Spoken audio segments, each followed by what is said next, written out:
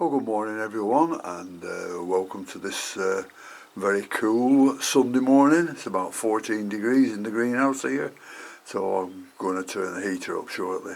But a lot of people have asked me in the comments to go through what I do to form the drip system. Right, well, to start with, we've got to get the water to the reverse osmosis unit. So, as I said before, this tap comes from the house. The cold water runs into the unit there, goes through the sediment block, then it goes through the carbon block, then it goes through the membrane that only lets the water molecules through, and then it's polished up with the DI resins, and from there it goes down the tube into this this tank I have under here that stores the RO water. Now, the good water, the bad water comes from this tube, and if you're getting a bit stuck, the good water comes from there's two on the back here. The far one is the good water, and the one that's nearest is the bad water. It goes through this resistor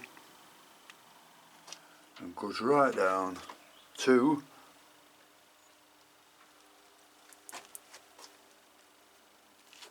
the aquarium airline.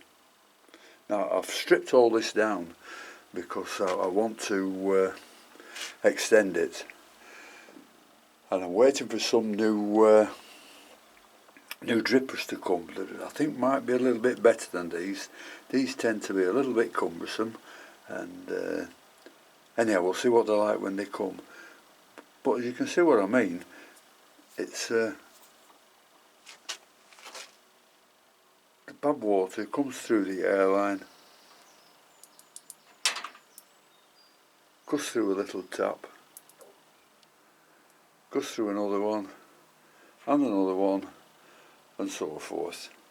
Now, these have to be put all around the pot, so I'm going to do that now, and then I'll switch the drip system on. Right, we've wired it all up, and as you can see, it's dripping nicely now. It's all the drip feeds are in here. See it? All dripping away now. It's dripping like that in every one. A bit fiddly to put on, you know, to get things right, but in the end we get there. And right at the end of the tube is this one. If there's too much pressure and too much water going into the plants, I can just open this and let the wastewater run out here.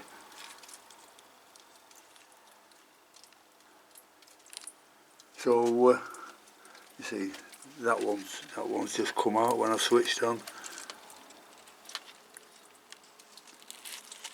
Keep it in its place by the label.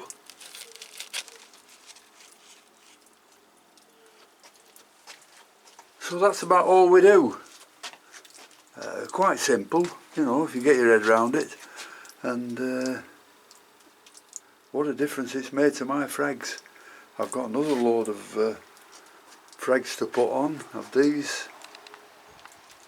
And now I'm just waiting for a delivery of the dual TDS meter that tells you the ppm of the water going in and the ppm of the water going out. So when that comes, I'll fit that up to the system. And if you haven't seen one of those work, look at Mick's Mazda Valias. He's just set one up and they look absolutely smashing. That's what's tempted me to buy one. I've about another 9 or 10 to fix to the system, so I'll get it all fixed up and then I'll leave them alone. And the beauty about this is, I don't know, I haven't fed them since I've been using it, and they've been coming on a treat. So I wonder if all the rubbish from the tap water is getting taken up by the RO system, which it is, and there's enough feed coming out of the wastewater, which is about 90 parts per million, to keep them going. Anyhow, we'll see what happens. Well, they've been on it now for 2 or 3 weeks, so and they've been doing okay, so we'll leave it at that without any feed and just see how they go on.